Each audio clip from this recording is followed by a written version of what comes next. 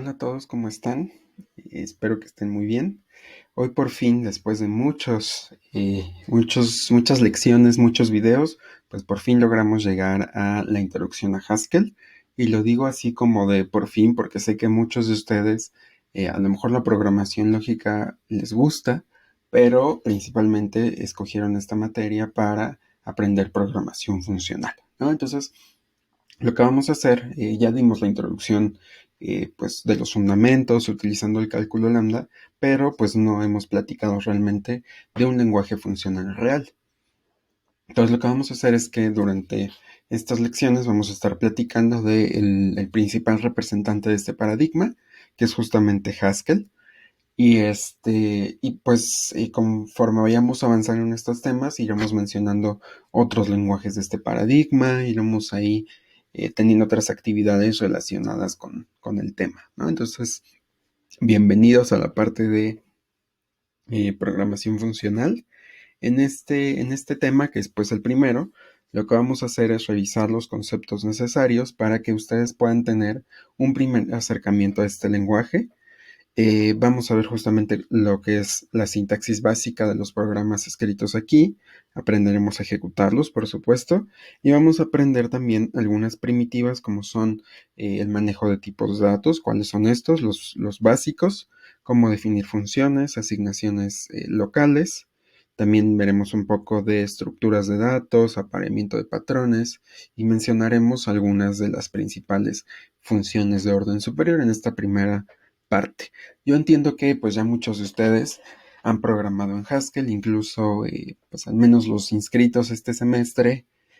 Tengo alumnos que ya tomaron algunas materias conmigo, justamente donde pues platicábamos de Haskell, ¿no? Entonces, espero que si ya tienen nociones de Haskell, no les resulte aburrido, les sirva para repasar algunas cosas que quizá ya habían olvidado, pero pues poco a poco iremos conociendo las, eh, pues los beneficios que trae este lenguaje, cosas bonitas que no hayamos platicado o no hayan visto antes. Entonces espero que esta lección y las que vienen de Haskell las disfruten mucho, ¿no? Entonces vamos a empezar recordando que Haskell es justamente un lenguaje de programación funcional y tiene estas principales características. Decimos que es un lenguaje que no tiene efectos secundarios justamente porque no podemos asignar el valor a una variable y después irlo mutando con el tiempo. Como recordarán, Haskell y los lenguajes declarativos evitan este tipo de efectos en su núcleo. Como les decía al principio del semestre, hay algunos que son híbridos, pero en general los programadores, ya no hablo de los lenguajes, sino de las personas que programan estos lenguajes, evitan al máximo este tipo de efectos secundarios. Y esto justamente se logra en Haskell gracias a un principio muy bonito, que es el principio de transparencia referencial. Este principio nos dice que si una función es llamada con los mismos parámetros más de una vez, o sea, 2, 3, 4, 5, siempre se obtiene el mismo valor. No importa cuántas veces la ejecute, no va a haber poder en la tierra que me cambie ese valor. Y justamente a los lenguajes funcionales que cumplen con este principio, les llamamos funcionales puros. Haskell es un lenguaje funcional puro porque evita los efectos secundarios al máximo y gracias a esto logra la transparencia referencial. Si hubiera efectos secundarios, habría variables externas que afectarían el comportamiento de las funciones.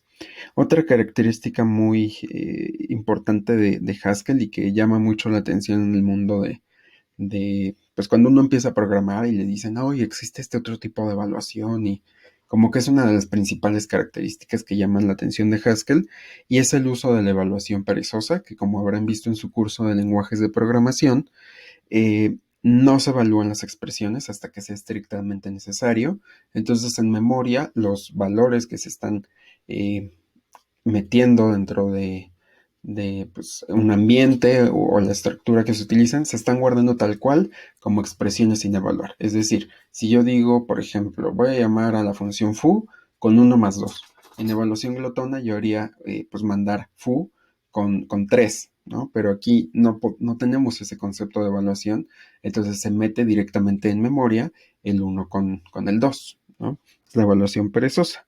Iremos viendo cosas mucho más interesantes de ese tipo de evaluación más adelante.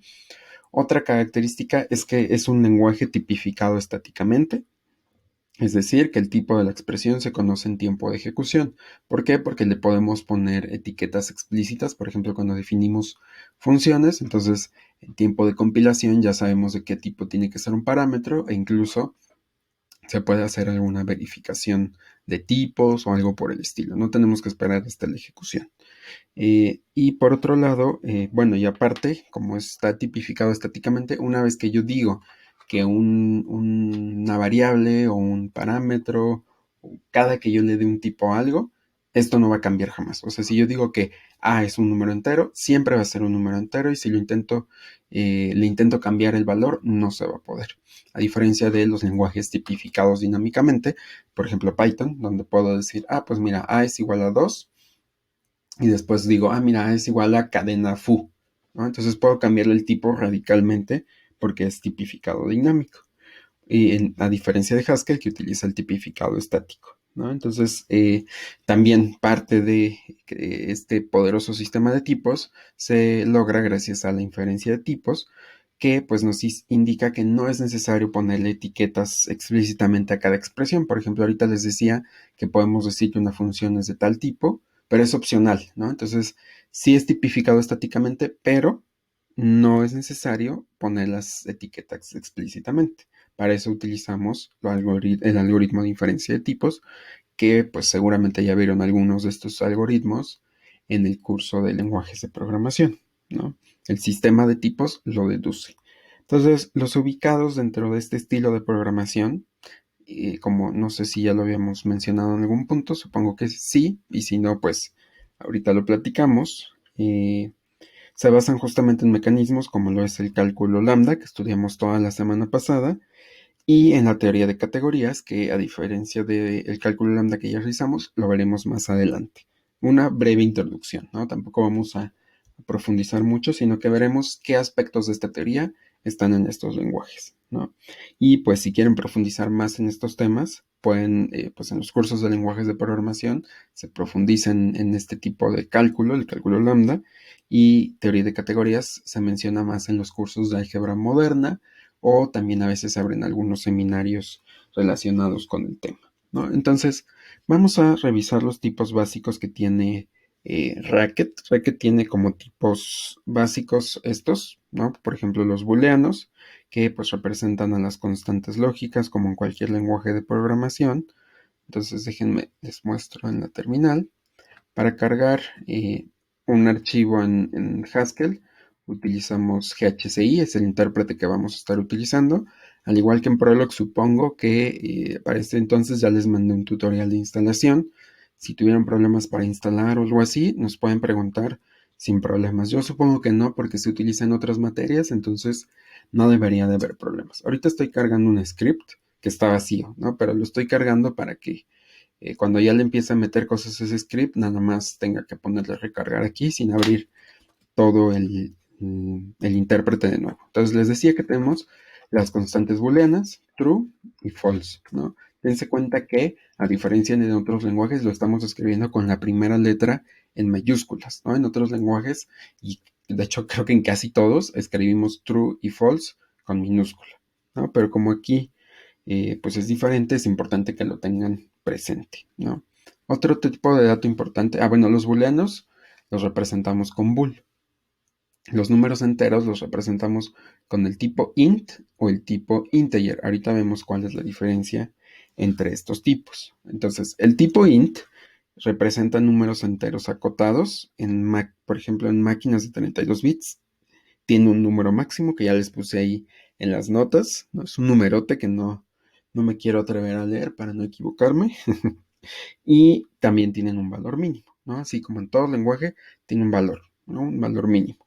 Entonces, los números negativos siempre los tenemos que poner también entre paréntesis, porque son números enteros. Entonces, puedo tener negativos, el 0 y los positivos, ¿no? Entonces, por ejemplo, puedo escribir 1729, puedo escribir -12, pero tiene que estar entre paréntesis, ¿sale? Y por otro lado, como les dije, int representa enteros acotados. E integer lo que va a hacer es representar números enteros, pero que no están acotados. Es decir, puedo poner cadenas de números grandísimas. A ver si no se me va por ahí una letra ahorita. Es un símbolo. Puedo poner numerotes, ¿no? Y eso sigue funcionando porque es algo de tipo int. Para checar el tipo de una expresión, podemos utilizar el comando t. Por ejemplo, le pongo true y me dice que es booleano. Si le pusiera t a este tipo, bueno, me dice que es un numeral, luego veremos a qué me refiero con esto, pero pues de aquí viene integer, ¿sale? Luego platicamos eso cuando veamos el sistema de tipos de Haskell. Por otro lado, tenemos a los números flotantes, ¿no? Que se dividen en dos, que son el tipo float y el tipo double. El tipo float representa números reales de precisión simple, ¿no? Por ejemplo, puedo poner 25.13 a no sé, 2742, ¿no? Ese es un número flotante. Y por el otro lado, el tipo double representaría números reales de precisión doble, o sea que tenemos más, ¿cómo se dice? Más decimales, ¿no? Por ejemplo, este número, ¿no? Sería el tipo double. Otro tipo de dato básico son los caracteres, ¿no? Que pues se representan con el tipo char, ¿no? Como les puse aquí, y pues representa caracteres y que se delimitan entre comillas, ¿no? Por ejemplo, puedo poner la A, ¿no? Y cualquier otro carácter en general. Y finalmente tenemos a las cadenas que representamos con el tipo de dato string, ¿no? Entonces aquí el tipo string pues representa secuencias de caracteres delimitadas por comillas dobles, ¿no? Por ejemplo, puedo escribir hola mundo, le ponemos entre comillas para indicar que es una cadena, ¿no? Entonces, bueno, estos son los tipos básicos. Más allá de esto, no vamos a platicar ahorita, sino que conforme vayamos necesitando otros tipos que traiga cargados Haskell, los iremos mencionando. Pero con estos es suficiente para que pensemos, empecemos a escribir programas ya un poquito más, pues que tengan un poco más de interés, ¿no? O sea, si solo viéramos los booleanos, pues no podríamos ver mucho. Con estos ya podemos ver una cantidad de programas un poco más variada, ¿no? Entonces, bueno, obviamente si tenemos estos tipos básicos, pues tenemos que tener todas las herramientas para poder jugar con estos tipos. Entonces tenemos funciones predefinidas que nos provee Haskell, ¿no? Les llamamos operadores, aunque en su realidad son funciones. Ya lo platicaremos también más adelante, ¿no? Y pues estos operadores ya están cargados en el núcleo de Haskell para trabajar con los tipos básicos. Entonces, estos operadores, como les decía, son en realidad funciones que se están expresando de forma infija, aunque también funcionan algunos de forma prefija, ¿no? Entonces, para utilizar una notación, o más bien para cambiar los operadores a que utilicen la otra notación, que sea infija, podemos colocar los símbolos de, no sé cómo se llama este símbolo, acento invertido, ahorita lo pongo en el Sublime Text. Y pues una vez que yo rodeo de estos dos delimitadores a los operadores, puedo hacer que se vuelvan infijos. Esto solo aplica para los que son prefijos, los puedo convertir en infijos, ¿no? Entonces, bueno, principalmente tenemos las funciones aritméticas. Aquí les puse unas de las más comunes. Si no hubiera una que ustedes necesiten, la pueden definir su propia versión, no hay ningún problema. Y pues tenemos la suma, la resta, el producto. Aquí, al igual que en Prolog, hacemos división entre la división entera y real. Aquí tenemos en este caso también la potencia entera y la potencia real. Entonces vamos a ver algunos ejemplos directamente en el intérprete. Por ejemplo, puedo escribir 1 más 2 me da 3. 5 menos 2 me da 3 también. 10 por 2 me da 20. 2 a la, 2 a la 3 me da 8. ¿No? La división de 13 entre 2 es 6 porque es división entera. 2.0 elevado a 3.0 pues me va a dar 8.0. Y 13 entre 2 me da un valor con flotantes porque es división real, ¿no? Entonces me trae 6.5, ¿no? Entonces después tenemos aparte las funciones lógicas, que son pues, las típicas que traen todos los lenguajes, y a partir de estas podríamos definir otras funciones booleanas, alguna de las 16 que existen, ¿no? Entonces, por ejemplo, aquí tenemos esta tabla que tiene la negación, la disyunción y la conjunción. Realmente es muy parecido a otros lenguajes como C o Java, a diferencia del operador de negación, que no, en estos lenguajes únicamente ponemos un signo de admiración y aquí ponemos tal cual la palabra not, ¿no? Que utiliza aparte, bueno, aquí obviamente no puede ser infijo porque siempre tiene que aparecer antes de el operador, ¿no? Entonces es prefijo. Por ejemplo, podemos escribir not true y nos lo convierte en falso. Not false, pues es true, ¿no? True o false es true, ¿no? Y true and false, pues es false, ¿no? Porque los dos tienen que ser verdaderos y acá con que alguno sea verdadero se cumple ya la condición, ¿no? Por otro lado tenemos estos operadores relacionales, ¿no? Ahí, perdón, se filtró, sonó mi celular, ¿no? Se escuchó música. Les decía que aquí bueno, no sé si se escuchó, perdón si sí. Aquí estamos listando justamente los operadores relacionales que pues, nos permiten ver cuál es la relación, como su nombre lo dice, entre dos números, ¿no? Por ejemplo, si un número es menor, menor o igual, ¿no? O cualquiera de los que estamos mostrando en esta tabla. Estos sí son un poco más amigables, a diferencia de los de Prolog, que aquí teníamos que poner dos puntitos o una diagonal. Serán tres símbolos en vez de dos, ¿no? Entonces, por ejemplo, puedo escribir 10 menor a 20, 10 menor o igual a 10, 10 mayor a 2, 2 mayor o igual a 2, ¿no? 3 igual a 3, o 3 distinto de 4, y si se dan cuenta, pues todo funciona tal y como lo puse en la tablita, ¿no? Entonces, vamos a definir también, más bien, vamos a poder definir nuestras propias funciones, no únicamente utilizar las de Haskell, porque sería muy restrictivo. Entonces, además de las funciones que trae Haskell, como les decía, si ustedes no encuentran un operador para alguna operación, ¿no? Ahí un poco más abstracta, pues podemos definir estas, ¿no? Entonces, la sintaxis que se utiliza para definir estas funciones es muy parecida a la que utilizamos en matemáticas, ¿no? Por ejemplo, en matemáticas podemos escribir esta función. Esta función es la función f, que recibe una x y después nos devuelve la suma de esa x con 2.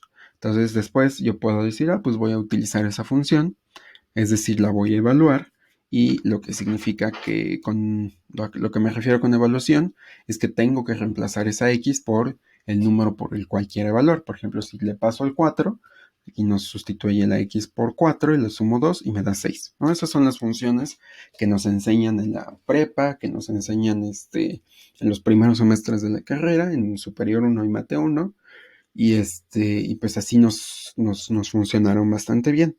Entonces la sintaxis para describir estas funciones en Haskell es muy parecida, ¿no? De hecho podemos definir esa función. Vamos no, esto no es, podemos definir esa función directamente en Haskell con una sintaxis muy parecida. Entonces vamos a hacerlo directamente en este archivo ya hice mi archivo de ejemplos para Haskell. Entonces, para crear un programa necesitamos especificar un módulo, ¿no? El módulo, hagan de cuenta que es pues todo lo que contiene el archivo. ¿Por qué le llamamos módulo? Porque una vez que terminemos este archivo, podemos utilizarlo para que otros códigos lo utilicen. Lo podemos utilizar como biblioteca, entonces eso es algo muy padre. Y aparte podemos escoger qué funciones puede importar otro programa a partir de este archivo, ¿no? Entonces, vamos a crear un módulo. Módulo lleva acento. Ahí. Módulo con ejemplos de definición de funciones. Estos comentarios que estoy poniendo aquí arriba son comentarios de varias líneas, ¿no? Entonces, se pone un corchete que abre, un guión, corchete que, más bien guión, y corchete que cierra, ¿no? Y le vamos a poner un nombre a este ejemplo. El módulo tiene que tener exactamente el mismo nombre que el archivo o empieza a haber problemas ahí. Entonces este módulo, como mi archivo se llama ejemplos.hs, le vamos a poner ejemplos y finalizamos con un where. Entonces hagan de cuenta que es como cuando estamos demostrando y decimos sea tal, sea x tal cosa, o luego decimos, voy a sumar x con 2 donde x es tal cosa. Entonces aquí lo que estoy diciendo es el módulo ejemplo donde función 1 es tal cosa, función 2 es tal cosa, etcétera, etcétera, ¿no? Entonces voy a definir la función, ¿no? Que toma un número y le suma 2. Es decir, voy a definir la función que tenemos acá en la presentación. Entonces vamos a poner f de x, perdón, con espacio, es igual a x más 2. ¿No? Entonces, este código, ¿no? Las líneas que tenemos aquí, ¿no? Representan, bueno, aquí estos ya los habíamos visto. Bueno, este comentario, ¿no? Que es un comentario de una línea. Recuerden que los comentarios son muy útiles para documentar el programa que estemos definiendo, ¿no? La línea 2 es la definición del módulo y la línea 5 nos da justamente la definición de la función. Entonces, como les decía, recuérdenlo bien, el código escrito en Haskell se coloca en módulos, es decir, bibliotecas, que van a incluir las definiciones de funciones u otros tipos de datos que iremos viendo. Y pues Haskell provee diversos módulos entre su núcleo para manipular números, cadenas, funciones de estadística y probabilidad, álgebra lineal, no sé, listas, ¿no? Entre muchas otras, ¿no? De hecho, si ustedes como que quieren conocer más información sobre las funciones, pueden visitar esta página que es Hakash, me parece que es Hakash. Me lo busco como... Bueno, voy a intentar poner el link.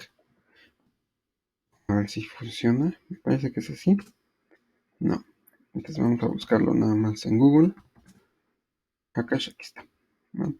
Y aquí nada más le ponemos packages. ¿No? Y aquí están todas las posibles bibliotecas que tiene Haskell, ¿no? Entonces, aquí viene como todo amontonado, pero podemos ir también por categorías, ¿no? Por ejemplo, aquí hay unas bibliotecas para conectar con .NET, ¿no? Y así, ¿no? O sea, están separadas, ¿no? Por muchos, ¿cómo se dice? Muchos tipos de bibliotecas, como les decía, de álgebra, arriba había unas de inteligencia artificial, ¿no? De visualización de algoritmos, entre muchas otras, ¿no? Entonces, bueno, por convención, el nombre del módulo, recuérdenlo muy bien, debe ser el mismo que del archivo donde se definió y tiene que tener extensión .hs, ¿va? Entonces lo voy a cargar. Para cargarlo pueden, así como lo abrí ahorita, déjenme empezar algo, HCI y el nombre del archivo, por ejemplo, es .hs que estamos usando, y pues ya se cargó. Otra forma es escribir, si ya están en el intérprete, pueden escribir la L y así se carga. O si le modificaron algo al archivo y lo quieren recargar, le pueden poner dos puntos R. Entonces aquí ya se cargó el archivo y lo puedo utilizar, por ejemplo, fd4, recordemos de la presentación, ¿no? Que nos devolvía 6, justamente como lo está haciendo el intérprete, ¿va? Entonces, bueno, eso todavía tampoco, todavía hay más que platicar. Entonces, para hacer una función más robusta, vamos a especificar su firma. Esto ya lo han hecho en otros lenguajes y estoy seguro que sí ha pasado así, porque en Java si no ponen la firma no pueden definir nada, ¿no? Entonces, vamos a agregarle la firma a estas funciones para hacerlas más robustas. A estas firmas también se les suele llamar a veces contrato, tipo también le dicen, el tipo de la función. Entonces, nosotros le vamos a llamar en esta primera parte del curso firma, ya que hayamos discutido toda la parte del sistema de tipos de Haskell, ya empezaremos a utilizar otra palabra, ¿no? Entonces, bueno, ¿qué nos dice la firma? Pues nos dice cuántos parámetros recibe la función, de qué tipo son estos parámetros y qué valor regresa. Es equivalente cuando utilizamos en matemáticas la especificación del dominio y el contradominio de una función, ¿no? Entonces, para especificar la firma de una función, vamos a dar el nombre que le estamos dando. Por ejemplo, aquí la función se llamaba f. Vamos a poner después de este nombre, ¿no? Dos puntos, dos símbolos de dos puntos. O sea, ahorita lo escribo para que quede más claro. De hecho, tiene un nombre ese operador, no lo recuerdo muy bien. Eh, Se los compartiré más adelante. Entonces, después de estos dos puntos, le ponemos un espacio y el tipo de los parámetros. El tipo de cada parámetro lo vamos a separar por una flecha. Ahorita les muestro a qué me refiero con flecha. Y el último tipo de dato de la firma va a representar la salida de la función, ¿no? Entonces vamos a modificar nuestro script que teníamos aquí para que tenga esa firma. Entonces, vamos a ponerle, por ejemplo, aquí, sabemos que la función regresa, más bien recibe un número. Entonces le vamos a poner f, a esto me refería con dos puntos, va a recibir un número entero, esto me refería con flecha, y va a devolver un número entero.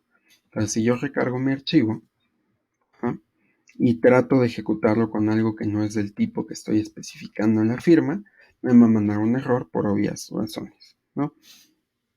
Entonces, justamente ya no cumpliría con la especificación. Entonces hay que tener cuidado. Y aunque salga un error, yo lo puedo seguir utilizando con los tipos que sí corresponden. No se muere el programa. Entonces, bueno, ahora sí, vamos a hacer nuestro ejemplo. Vamos a definir una función para calcular el área total de un cilindro, ¿no? Entonces, para hacer esto, ¿no?, la línea, bueno, vamos a hacer primero el archivo para que quede un poco más claro. Y lo que vamos a hacer, o lo que queremos hacer, es pues mapear esa fórmula que teníamos ahí directamente en Haskell. ¿Cómo lo vamos a hacer? Pues utilizando todos los operadores que ya estábamos checando, ¿no? Entonces vamos a ponerle un comentario. Recuerden que a mí me gusta mucho poner comentarios para que gente que no conoce mi código vaya, lo descargue y pueda entender lo que está haciendo cada función. Digo, ahorita sí parece un poco bobo porque son funciones muy obvias y porque apenas estamos como repasando estos conceptos generales de Haskell, pero pues obviamente va a ser mucho más útil en una función compleja que solo entendamos nosotros, ¿no? Entonces, como se decía, entonces vamos a definir una función que calcule, más bien que calcula el área total de un cilindro dada su altura y diámetro, ¿no? Entonces, la función, pues le vamos a poner un nombre mnemotécnico. Vamos a poner, por ejemplo, área total. Tenemos los dos puntos. Y esta función, como calcula áreas, pues obviamente no va a recibir únicamente dimensiones de tipo entero. Entonces vamos a necesitar los valores flotantes. Recibe dos parámetros, porque decíamos que recibe la altura y recibe el diámetro. Entonces separamos esos dos parámetros con una flecha y después ponemos el tipo de regreso. El tipo de regreso en este caso, como es simplemente aplicarle una fórmula a estos, más bien una fórmula a estos tipos, pues lo que tenemos que hacer es devolver, o sea, la operación que vamos a hacer cae nuevamente en el tipo de los flotantes, ¿no? Entonces la función nos sigue devolviendo estos flotantes, ¿no? Y pues ahora vamos a especificar, ya puse la firma, ahora especificamos la definición de la función. Entonces, área total va a recibir dos parámetros, a los cuales le llamamos h y le llamamos d. H de altura y d de diámetro. Entonces, devolvemos algo con esta función y pues es básicamente la fórmula que teníamos aquí. Entonces vamos a multiplicar 2 por pi. Ya está cargada esta definición de pi en Haskell. Le voy a poner espacios para que se aprecien más los operandos. Y como esta fórmula funciona con el radio y a nosotros nos están pasando el diámetro, pues tenemos que dividir entre 2 para que sea equivalente, ¿no? Y después hay que multiplicar r más h, ¿no? Entonces r es de 2 y la vamos a sumar con h, no g, ¿va?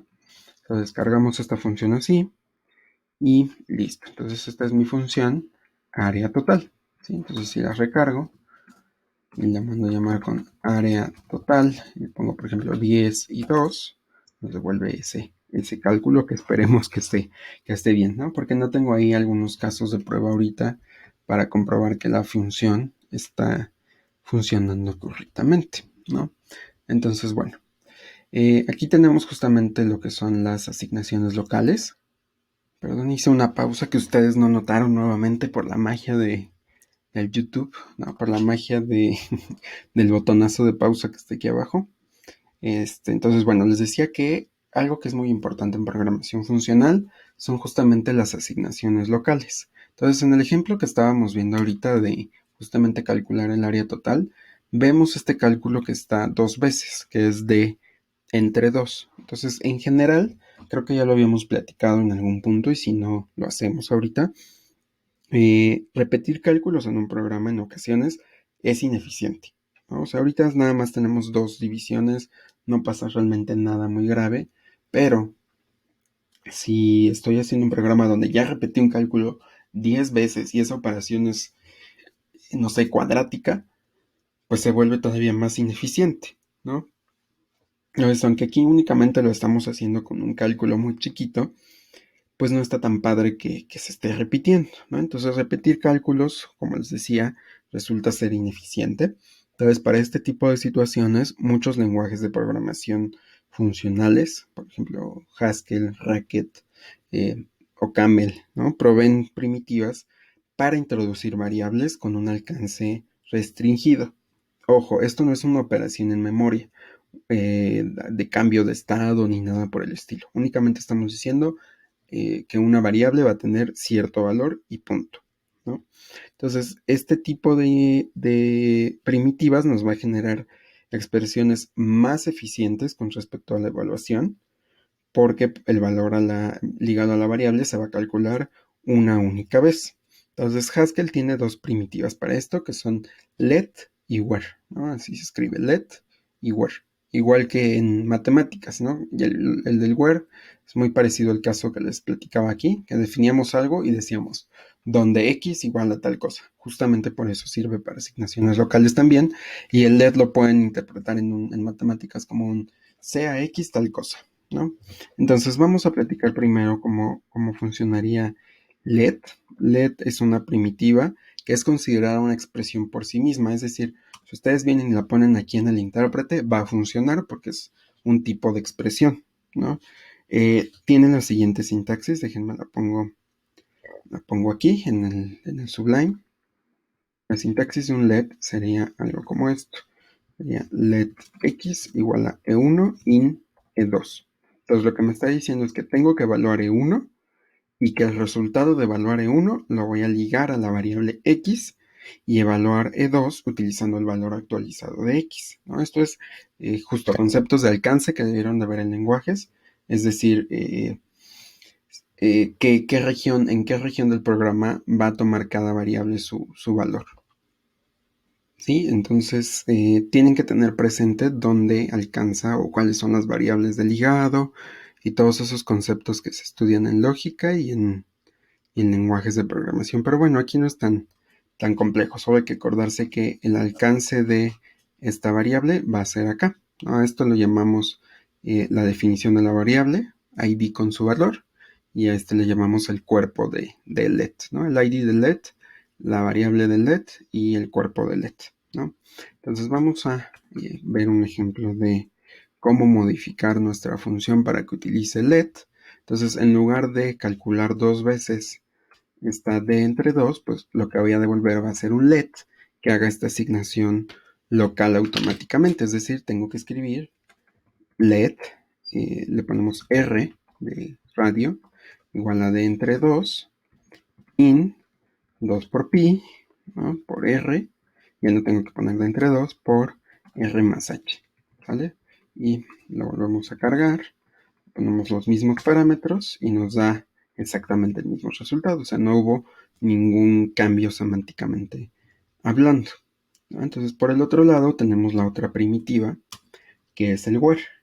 El where por sí mismo no existe como expresión, ¿no? Por ejemplo, aquí les decía que let era una expresión, entonces yo puedo poner aquí a igual a 2 y a más a, por ejemplo, y me trae un resultado.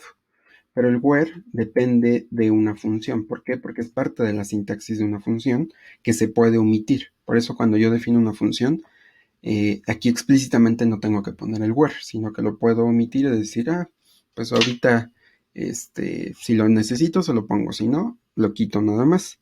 O más bien no lo pongo nunca, ¿no? Entonces la principal diferencia entre let y where es, es principalmente esa que les estoy diciendo, pero esta es como la diferencia de cómo se escribe y que semánticamente una es una expresión y la otra es parte de una función. Pero también el let lo definimos primero las variables y en el where definimos después las variables. Entonces, por eso les decía que es muy parecido a cuando estamos demostrando. Por ejemplo, aquí decimos sea r igual a de entre 2, donde pues ya aplicamos justamente esto. Y el where se lee diferente, lo leemos como tenemos esto donde r es igual a tal cosa, ¿no? Entonces, es muy parecido a cuando, o sea, esas palabras vienen más o menos de ahí porque pues las matemáticas son como los papás de este tipo de lenguajes. ¿no? Porque pues son muy muy cercanos a las matemáticas, como ya habíamos visto. Entonces la primitiva where, como les decía, la colocamos después. Entonces primero ponemos el cuerpo y después decimos where r igual a d entre 2, y por lo general, como una convención de programación, el where lo ponemos acá abajo y lo indentamos, ¿no? Entonces recargo, no, perdón, ese no era, y me dará exactamente el mismo resultado que las otras dos cosas, ¿sale? Entonces, esas son las dos primitivas para asignaciones locales. Ya hicimos aquí esta actividad. Entonces, pasamos a lo que sigue, que son justamente los condicionales. Entonces, en Haskell los condicionales if, ¿no? Que son un tipo de condición que está everywhere, o sea, casi todos los lenguajes tienen if. Yo al menos por mi parte nunca he utilizado un lenguaje que no tenga if. Entonces, al igual que let, son considerados expresiones en Haskell y justamente se utilizan principalmente para representar condicionales, al igual que en matemáticas, ¿no? O sea, matemáticas uno puede definir una función por partes, así como lo hacemos en este ejemplo que les puse aquí, que es la función del valor absoluto. Entonces los condicionales if y las guardias son muy útiles para representar estos datos. Ahorita vemos que es una guardia, pero vamos a ver primero el caso del if. Entonces, un if, como les decía, es una expresión.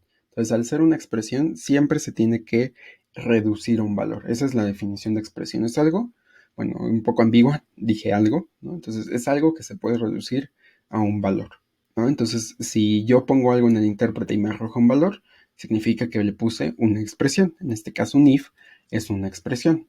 Entonces, la sintaxis que tiene el if es esta. If C, then T, else E, ¿no? Entonces tenemos una condición, un valor en caso de que se cumpla la condición y un valor en caso de que no se cumpla. Entonces, al igual que en cualquier lenguaje, si la condición C es verdadera, se evalúa la expresión T, y en caso contrario, se evalúa la expresión E. Bueno, aquí le puse E, en las notas le puse F, creo, no me acuerdo, según yo sí le puse F. Entonces, bueno, vamos a hacer entonces un ejemplo implementando nuestra función del valor absoluto con un if, ¿no? Entonces vamos a escribir el comentario correspondiente, que sería función que calcula el valor absoluto de un número, ¿no?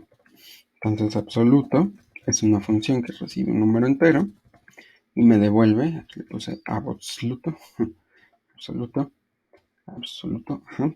Y entonces absoluto de x es igual a, pues verifico, ¿no? Si x es mayor o igual a 0, devuelvo la x solita. Si x es menor a 0, devuelvo menos x. Entonces eso lo puedo expresar poniendo if x mayor o igual a 0, que es este caso, devuelve x.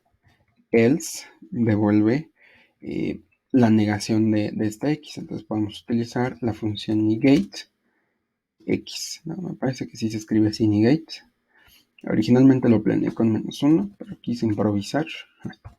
Entonces aparentemente sí funciona. Entonces absoluto de 1729 es 1729. Y absoluto de esto no funciona. Creo que lo escribí mal, ¿no? Sí, me parece que sí. Absoluto. No, ya sé qué pasó. Esto entre paréntesis, ¿no? ¿Se acuerdan que los negativos fue lo primero que les dije y lo primero que olvidé?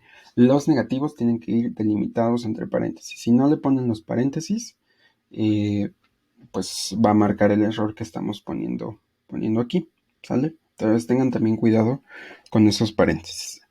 No sé si ya les había dicho, pero a mí me gusta mucho, bueno, no tanto, pero me gusta que salgan errores cuando estoy programando para que ustedes vean que no, los programadores no somos seres superiores que nunca nos salen de errores, ¿no? O sea, nadie, es imposible que alguien domine un lenguaje al 100%. Entonces, si le salen errores, está bien, ¿no? O sea, no sufran por eso, ¿no? Hay gente, y lo digo en serio, ¿no? O sea, hay personas que auténticamente se estresan horrible si les sale un error. Es normal, está bien equivocarse, ¿vale? Entonces, bueno, Vamos a seguir después de esta plática motivacional con el uso de condicionales. Entonces, el otro tipo de condicional que se utiliza mucho son las guardias. Y como podrán irse imaginando, o si ya las han utilizado, las guardias se utilizan cuando necesitamos más de una condición, ¿no? Para usar, para evaluar alguna función, ¿no? Entonces uno diría, pues puedo utilizar muchos if anidados y pues qué padre, ¿no? Pero pues el código va perdiendo la legibilidad conforme vamos aumentando el número de condiciones. Entonces, para este tipo de casos vamos a utilizar las guardias. Una guardia es básicamente una expresión booleana, o sea, es una condición. Lo que le pasamos al if como condición, eso es considerado una guardia. Entonces, las guardias, ¿no? Si se evalúan a verdadero, devolvemos la parte de la función correspondiente, ¿no? Ahorita hacemos el ejemplo. Recordemos que esto nos permite definir funciones por partes. Entonces, si una de las condiciones se cumple, devolvemos el valor para esa parte, ¿no? Sin evaluar el resto de las guardias, por supuesto.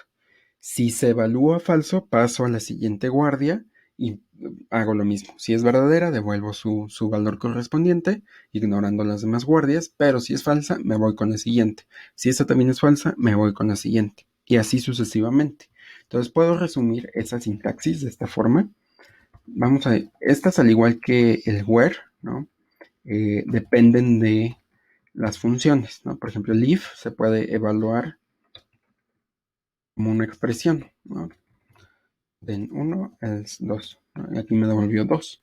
Entonces dense cuenta que estoy poniendo tal cual un if y se evalúa en el intérprete, pero las guardias no, las guardias van a depender de las funciones, son como where, es parte de la sintaxis de una función.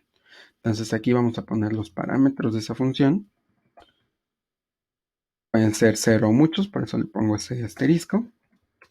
Y después pues empezamos a definir las guardias. Por lo general se sugiere indentar, pero hay como dos teams. El team que indenta las guardias, el team al que le vale y lo pone aquí pegado, ¿no? Entonces yo soy del team indentar. Entonces aquí le pongo 3 espacios y aquí pondríamos nuestra guardia 1. Recuerden que las guardias son expresiones, ¿no? Y aquí después de ese igual tendríamos que devolver el resultado de la función cuando se cumple esa guardia. Aquí el resultado cuando se cumple la segunda y así en lo sucesivo. Y vamos a tener una guardia particular a la cual le llamamos otherwise, que se va a cumplir si ninguna de las guardias fue verdadera. Aquí le puse el asterisco, no, de hecho no es asterisco, le voy a poner un signo de interrogación porque esto puede ir o no ir. Cuando una parte de una gramática nos dice que una sección puede ir o no ir, se le pone un signo de interrogación. Si le ponen el más, significa que puede haber 0 o más de una. Si le ponen, no, aquí fue el asterisco, dije más, ¿no? Y aquí si le ponen un más, puede ser una o más, ¿no? Entonces asterisco 0 más, suma 1 o más, ¿va? Hasta aquí le estoy poniendo un signo de interrogación para indicar que como se dice, que puede haber o no un caso otherwise, es opcional, ¿sale? Entonces, bueno, vamos a escribir ahora este mismo programa que tenemos aquí arriba de los absolutos, pero utilizando guardias. Entonces, aquí dense cuenta que la función no necesita poner igual, porque las guardias van a colocar ese paso, ¿no? Entonces, aquí vamos a decir entonces que absoluto de x, ¿no? Y ponemos las guardias.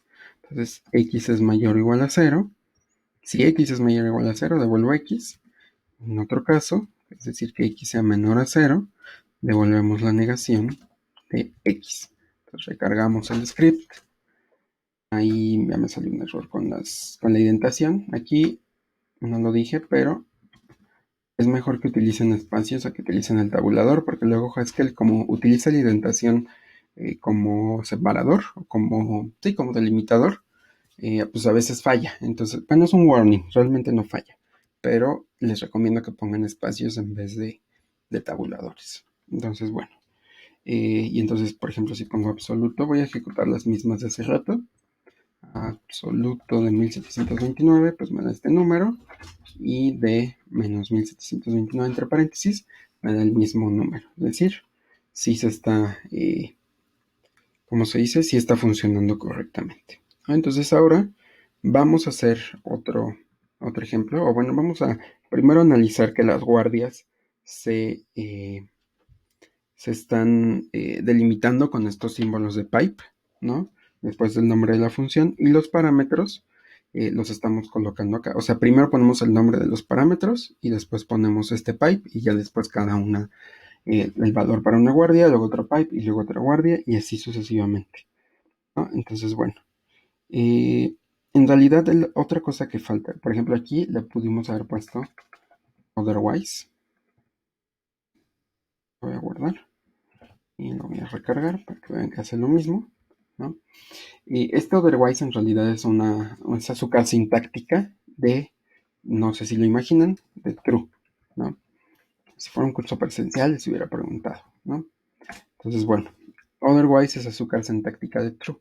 Si ya llegué a todo, evalué todas las condiciones y solo voy a ejecutar la última, es porque la última fue true, ¿no? Entonces es azúcar sintáctica, ¿no? Es equivalente al else de un if, ¿no? Si no se cumplió ninguna de las condiciones, pues devuelvo este otro valor, ¿no? Entonces ese fue mi primer ejercicio.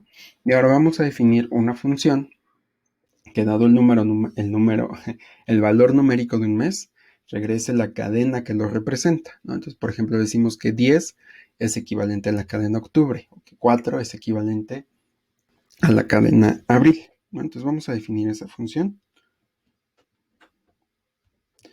Le vamos a poner aquí función, función que obtiene el nombre de un mes dado su número, ¿no? Entonces mes es una función que va a recibir un entero y va a devolver una cadena. El entero es el número de mes y la cadena es el mes al que representa. Entonces vamos a decir que mes de n, ¿no? Lo vamos a evaluar con guardias, con espacios de preferencia. Vamos a decir si n es igual a 1, devuelve enero. Si n es igual a 2, devuelve febrero. Y así me voy con cada uno de los meses. Aquí hay un problema siempre con los editores de texto, porque como que no detectan las guardias, ¿no? O sea, el resaltado de, de texto como que empieza a perder sentido, ¿no? Por ejemplo, las cadenas, miren, si yo la pusiera acá arriba, voy a poner acá, no, aquí no se resaltó de esa forma, ¿no? Lo voy a poner, por ejemplo, aquí, y si se dan cuenta la cadena sale amarilla.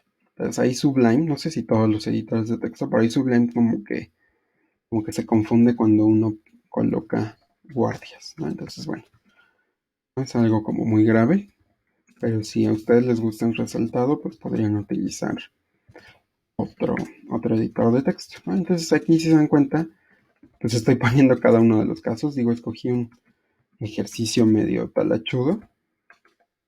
La próxima voy a poner, no sé, planetas o cosas por el estilo, ¿no? Noviembre, diciembre, ¿no? Y entonces al final le vamos a poner un otherwise en caso de que nos pasen un número que no corresponda a lo que estamos esperando. Miren, aquí como que ya recuperó ya funciona el resaltado de texto, pero aquí vamos a utilizar un tipo de dato que no habíamos visto, que es justamente el error. Entonces yo quiero que me muestre visualmente el intérprete o el ID que estén utilizando que hay un error. Entonces lo que voy a hacer es utilizar la función error, así se llama, y con una cadena especificar el error, por ejemplo, número inválido, ¿no? Entonces ahí está. Entonces lo guardo, lo cargo acá y vamos a ponerle mes 1, enero, mes 10, octubre, mes 4, abril. Si le pongo mes 1729, me lanzó un error que ya se ve como un error literal, o sea, no es una cadena. Entonces me lanzó una excepción, ¿no? Luego también platicaremos de esto más adelante, ¿sale? Entonces, si tienen alguna duda, espero que les haya servido brevemente el paso de Haskell. Mañana veremos qué estructuras de datos tiene Haskell y pues así estaremos esta semana recordando como lo más básico que tiene este lenguaje que a mí me encanta y que es muy bonito. Pero bueno, si tienen alguna duda nos lo dejan en el Classroom o en los comentarios del video. ¿Sale? Se cuidan, chicos. Bye.